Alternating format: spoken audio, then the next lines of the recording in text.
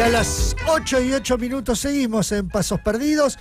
Comentábamos que uno de los temas es que ayer se presentó en la Cámara de Diputados un proyecto de ley para bajar la edad de imputabilidad a 13 años. Es un tema que el gobierno ya venía hablando, ya venía anunciando, y es un tema muy polémico. Así que estamos en comunicación con Claudia Cesaroni. Ella es abogada, magíster en criminología, docente, integrante del CEPOC, el Centro de Estudios en Política Criminal y Derechos Humanos, y de la Red Argentina No Baja, y una persona que sabe muchísimo del tema. Así que la saludamos. ¿Qué tal, Claudia? Fernando Amato, Manu Paul, Lorena Álvarez. Hola, ¿qué tal? Buenos días. Buenos días. ¿Cómo están? Bien, ¿vos? Bien, todo bien. Bueno, cuántas cosas que se pueden hablar del tema de la baja de la edad de imputabilidad, que es, hace rato que se viene hablando, también de un o sea, el gobierno anterior había planteado el tema de como un fuero especial para los menores. ¿Cómo ves vos todo ese tema? ¿Sirve para algo? Sí. ¿No sirve? Primero puedo hacer algunas precisiones terminológicas de contenido que me gustaría. En realidad es lo que, porque viste que se dice a veces baja de edad de inimputabilidad, Claro. baja de edad de imputabilidad, Sí. bueno, nosotros, y yo uso un nosotros que es de las organizaciones que vos mencionaste que integro, hablamos de baja de edad de punibilidad o edad mínima de responsabilidad penal, porque de lo que estamos hablando es de bajar la edad a partir de la cual el Estado decide someter a proceso penal a adolescentes por conductas transgresoras que cometan o que puedan cometer. Esa edad hoy está fijada en 16 años.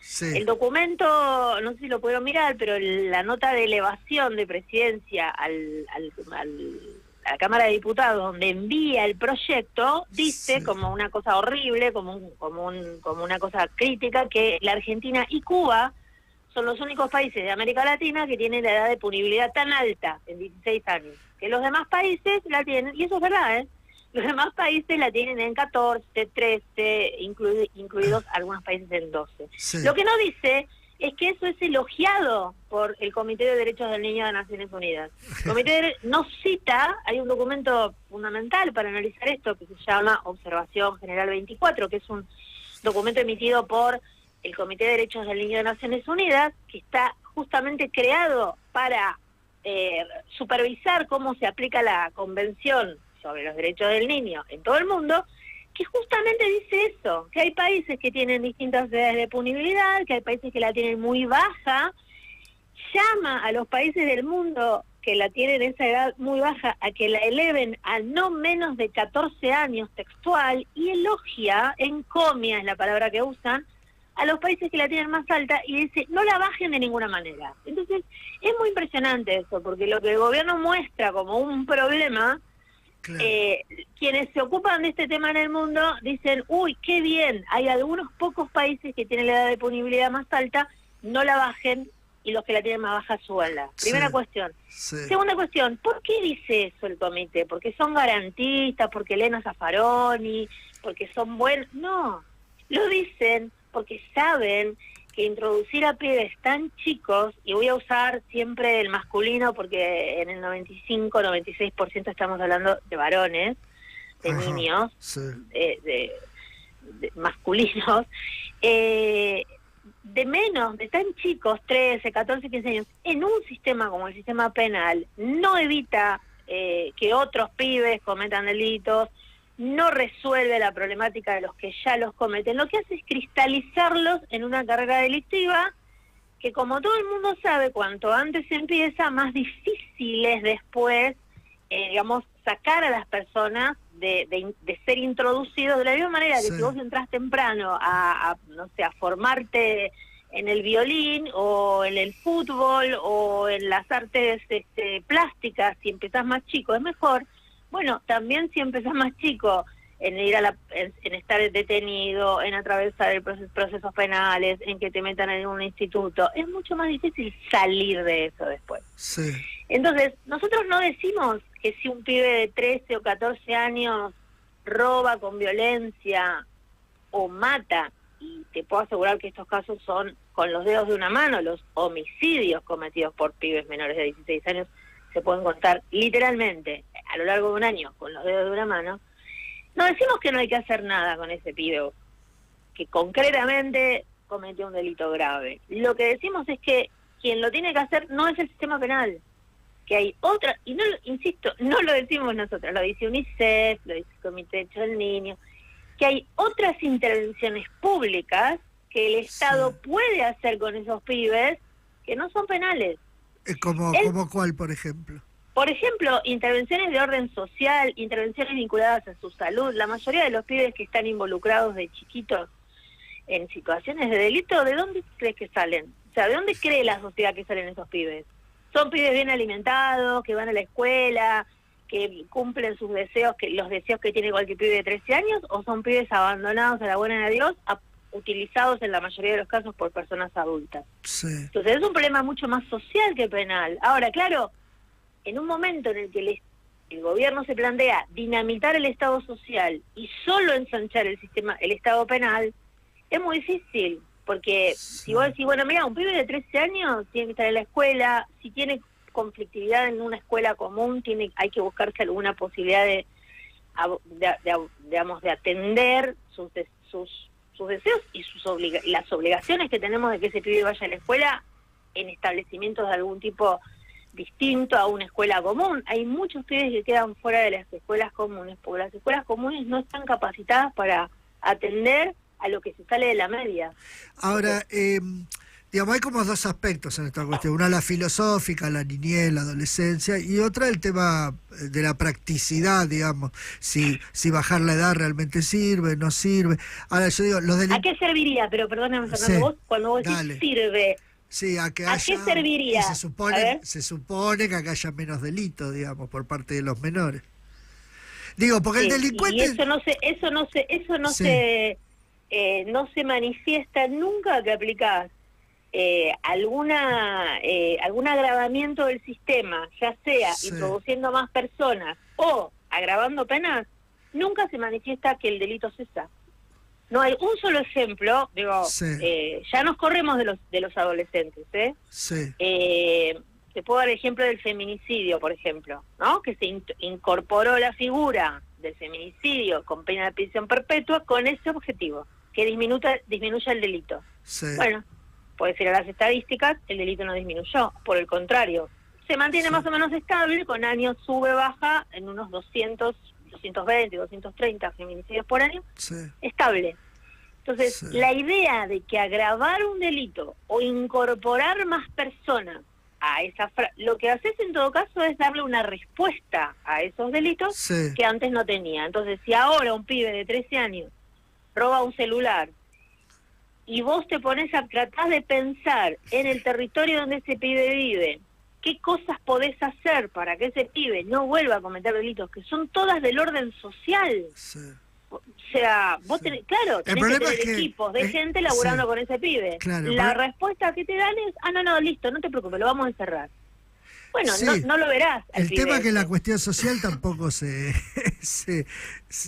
tampoco se aplica a la cuestión social. Bueno, ese es el problema. Menos en un gobierno como el que hay ahora, digamos, tampoco va a pasar.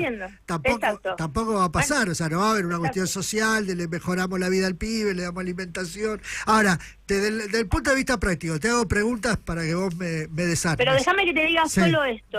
No necesariamente, yo creo que no hay que resignarse a que con este gobierno no va a pasar, porque este es un gobierno nacional. Y lo que quiero decir es esto. Esas responsabilidades son centralmente locales. Entonces, deberían ponerse a pensar todos los municipios, incluida la Ciudad de Buenos Aires. La Ciudad de Buenos Aires, lo que está haciendo en los últimos, te diría, 15 años, es desfinanciar las áreas sociales. Entonces, es la misma discusión que podemos tener con la gente que vive en la calle. ¿Vos qué podés hacer? La levantás como si fuera basura y te la pones en la provincia de Buenos Aires, o atrás de un paredón, o la encerrás en un psiquiátrico. El plan Kravitz. O te ocupás, claro. O sea... Sí, está bien, lo que pasa es que tampoco se ocupan en lo social. Entonces, porque yo lo que digo es, a ver, vos desarname, los delincuentes también saben que hay una edad para la imputabilidad, o como vos decís, para la punibilidad, y entonces mandan a los pibes a hacer las cosas que después saben que no van a tener la pena que corresponde. Eso es relativo. y ese es el argumento justamente que nos da la razón a nosotros, porque en ese caso los pibes son víctimas. Es más, el gobierno lo dice. El gobierno dice, todos sabemos que los grandes bandas criminales utilizan a los niños, como si además a las grandes bandas criminales les interesara mucho que un pibe que usan caiga preso o no. O sea, si hicieran ese razonamiento, voy a mandar al de 14 porque como no cae preso... No, pero zafan ellos. Lo mandan al pibe, lo mandan al pibe a hacerlo. O sea, yo lo he visto con mis propios ojos, le dan un arma a un pibe para que el grande no caiga preso porque cae el pibe y... bueno, por eso los usan, no es que los mandan porque pero el pibe les importa, les preocupa... bueno, a veces por eso pasa que el pibe también es parte de eso, digamos. Bueno, por eso, esos pibes en ese caso son utilizados, son víctimas de la utilización. O sea, justamente son tan chiquitos. Yo, la verdad que invito a que la gente piense en el pibito de 13 años más cerca que tenga. Es un pibe que está terminando la primaria. ¿No? O sea, 13 años es un pibe, ¿no? O digamos, tu hijo, tu nieto, tu sobrino, tu hermanito menor, está terminando la primaria, ¿no? Un boludo grandón, o sea, un pibe que todavía no sabe, o sea, no, digamos, cuando, ¿no? Muy chiquito. Bueno, a ese pibe, de pronto, le estamos diciendo que puede elegir con toda claridad si alguien viene y le dice, toma, ¿sabés qué? ¿Tenés zapatillas nuevas? Y vas y llevas esto a tal lugar, o si apretás a tal otro, en tal otro lugar, y que ese pibe tiene capacidad de raciocinio, posibilidad de evaluar consecuencias, como si fuera un adulto, y no es igual que un adulto. Esa frase idiota del presidente, pena de adulto, delito de adulto, pena de adulto, justamente no, un adolescente no es un adulto. Claudia. Y este sistema, solo esto termino, este sistema establece penas de hasta 20 años. Estamos hablando de penas que superan casi en 2 veces la vida digamos, material que ese pibe ha tenido. Claudia, ¿cómo estás? Manuel te saluda. No, Hola. me quería sumar a esto y preguntarte si, más allá de si va a pasar o no va a pasar, que sería en todo caso algo a ver y a ver también cómo van respondiendo, como vos decías, los diferentes gobiernos locales. ¿No es parte de la intención también de parte del sistema político esto de básicamente llevar a que los pibes estén cada vez más formados, ligados a una cuestión de explotación y sumisión? Totalmente. Perdón, se interrumpí. No, ahí digamos, si no va por ese lado, más que por una cuestión de qué es lo que realmente indique un número u otro o una encuesta u otra. Para mí 2 temas. Uno, medidas punitivistas son siempre medidas que los gobiernos creen, y a veces con razón, lamentablemente, que les dan apoyo, ¿no? Sobre todo en momentos difíciles, económicos, no tienen nada que ofrecer, entonces te mandan una medida punitiva. Segundo, yo creo que es muy grave, hay un intento de borrar la adolescencia. O sea, desde la ludopatía adolescente, pibes de 13 años que están endeudados como si fueran adultos, la idea de que puedan votar desde los 13 años y ahora esto. Y aquella idea de que en algún momento tiró Venegas Lynch, que todos dijimos, qué hijo de puta, qué delirante, un diputado, diciendo, y bueno, si el padre a los 14, en lugar de mandarlo a la escuela, quiere que vaya a trabajar, que vaya a trabajar, ¿cuál es el problema? Entonces fíjense que ahí tenés 4 situaciones, ¿no? Votar, trabajar, jugar, apostar e ir preso, todas en la misma edad, 13, 14. Y ahí hay un borramiento de la adolescencia. La adolescencia es un momento de la vida que no es ni la primera infancia ni la adultez. Es obvio, no hay millones de estudios planteando eso. Y justamente por eso, el adolescente, cuando es introducido a un sistema penal, cuanto más tarde, por eso yo les decía antes este documento que invito que lo busquen, que lo lean, es muy accesible, se llama Observación General 24. A veces estas cosas son muy técnicas, pero igual que para entender economía hay que leer cosas técnicas, yo no entiendo mucho, bueno, también hay que leer algunas cosas técnicas. Este documento justamente analiza esto, la capacidad de pensamiento autónomo, la capacidad de tomar decisiones, es algo. Y a ver, nosotros cuando nuestros hijos son los adolescentes, ¿no? Digamos, nosotros, la gente que tiene resueltas ciertas cosas, decimos, che, loco, cada vez más grande, se van, ¿no? Digamos, la adolescencia dura cada vez más, ¿no? Les cuesta encontrar una carrera, cambian, van, vienen, pero estamos nosotros para bancarlos. Entonces, aún en una sociedad en la que 1 de cada 2 pibes de esa edad está bajo la línea de pobreza, cada vez más indigencia, un montón, miles y miles de esos pibes que no tienen ningún respaldo familiar, comunitario, estatal. La respuesta que vos das para los pocos que cometen delitos, yo voy a escribir hoy algo ahora bien centrado en los números, cuando vas a ver los números, en todo el país estamos hablando de 2.000, 2.500 pibes. Sí. Y es donde se cruza que no puedas abordar a esos pibes. Y ese es donde se cruza parte de lo que venías diciendo en cuanto a materia educativa y también laboral, ¿no? Porque por un lado tenemos la educación del futuro propuesta por el Banco Mundial, enmarcada en pasantías gratuitas para pibes del último año del colegio, y por el otro lado que los pibes que pasan la barrera del secundario o la dejan la barrera del secundario para meterse a laburar, tampoco tienen un acceso al sistema de mercado muchísimo menos formal, pero ni siquiera muchas veces al mercado laboral. Por supuesto. Mira, como antes creo que Fernando me decía lo de las políticas concretas, ¿no? Sí. Yo he sido docente ya no en una política concreta del gobierno de Cristina. La verdad que si por esa sola política creo que habría que digamos, decir, eso valió la pena. Escuelas técnicas dependientes de universidades nacionales. Yo trabajaba en una que quedaba en Espeleta, en un barrio muy humilde, donde jamás esos pibes hubieran soñado ir a una escuela preuniversitaria. O sea, en cuanto a categoría, la escuela era igual que el Nacional Buenos Aires o el Carlos Pellegrini, solo que técnica. Claro. O sea, aspirábamos a que tuviera ese nivel, y la verdad que lo tenía, depende de la Universidad Nacional de Quilmes, y esa es una escuela, eso es una política social, y si lo vas a ver en perspectiva, también es una política vinculada a lo político penal, porque abrís en un barrio absolutamente degradado, abandonado, olvidado, en el fondo de Quilmes, ya en el límite con Varela, una escuela de calidad, donde los pibes pueden acceder a lo que nunca hubieran accedido, lo vinculás a la Universidad de Quilmes, es decir, abrís ahí una perspectiva para esos pibes y esas pibas que jamás ni siquiera hubieran soñado.